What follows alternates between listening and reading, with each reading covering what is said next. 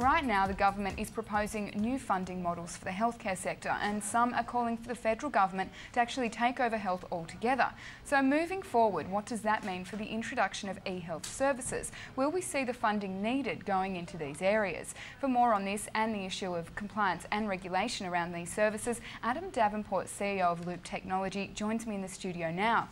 Welcome. So if you can actually take us through what you see as being eHealth services to begin with?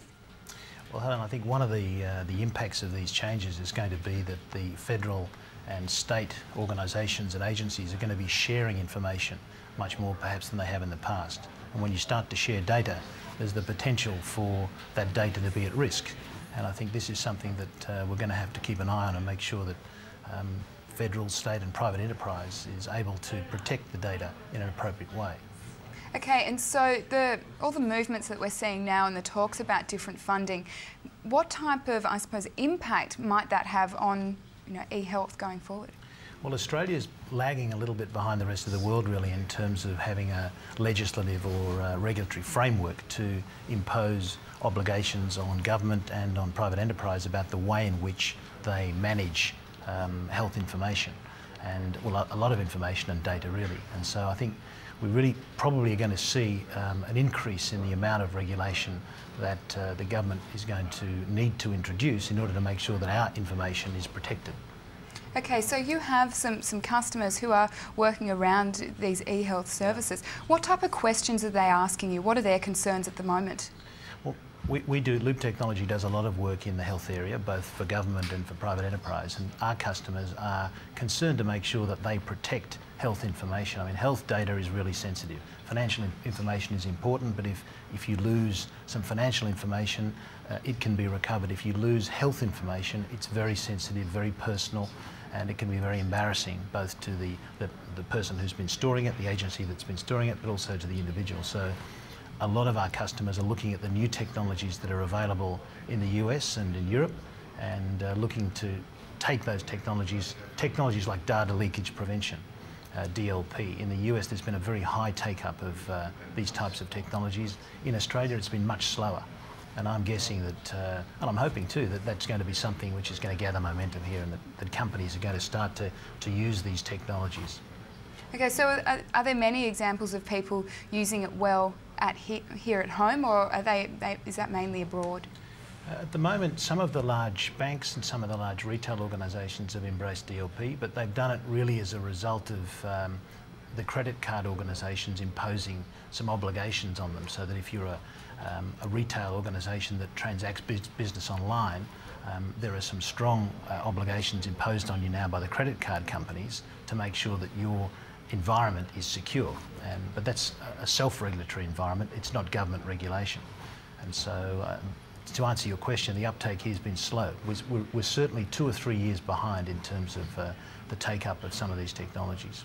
Okay, so what are the main issues of regulation and compliance that are coming to the fore?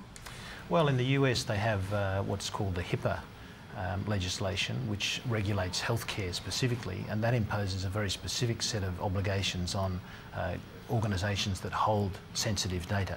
Everything about how the data is stored, how the data is transmitted, so that if your doctor has information about you, it can be transmitted safely to a hospital or to another doctor if you change doctors, and it's done in a way where the data, while it's travelling from point A to point B, is encrypted, it's secure, it's safe. When it arrives at the destination, it's dealt with in a way that's secure.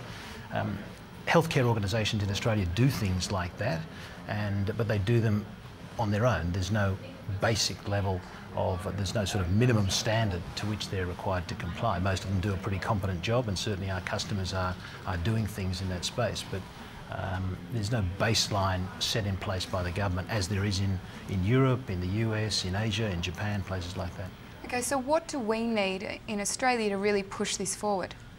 Well, I think the time's come for the government to put in place some specific guidelines and legislation that says if you are going to be an organisation, whether you're in government or in private enterprise, that's dealing with this type of information, that what you need to do is to meet certain minimum criteria so that consumers, so that people out there in the community can be comfortable that their data is going to be dealt with in a safe and secure way and to a minimum set of standards.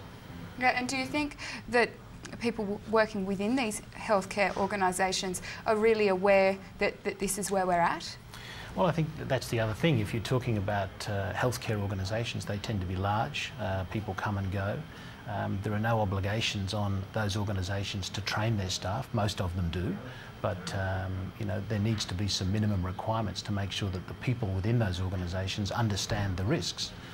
If you've got data, sensitive data sitting on a laptop, if you leave it at an airline lounge, well, you know, that could be catastrophic for the people whose data appears within that in that system, in that laptop. And there is technology that will prevent that happening. I've been last week in San Francisco at the world's largest security conference, the RSA Security Conference, and there are hundreds of vendors who have technologies that will protect this data in a very sophisticated way. But as I say, companies in Australia have been a lot slower in many cases, not all cases, some have taken up, but in many cases than perhaps in other countries. Okay, Adam Davenport, thanks for your time and coming in. Thanks, Helen, a pleasure.